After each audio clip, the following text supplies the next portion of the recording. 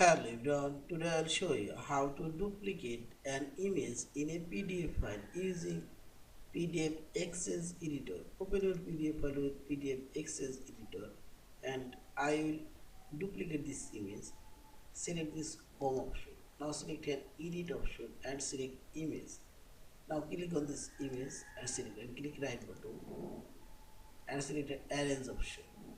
And here you will find this duplicate option. Click here and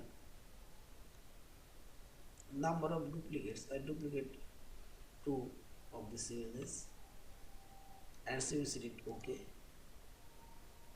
and see this duplicate images now already pasted to other pages and see this. In this way you can duplicate your images in your PDF file and finally select this file option, save or save as your PDF file. Thank you for watching. Please subscribe, like, share and comments.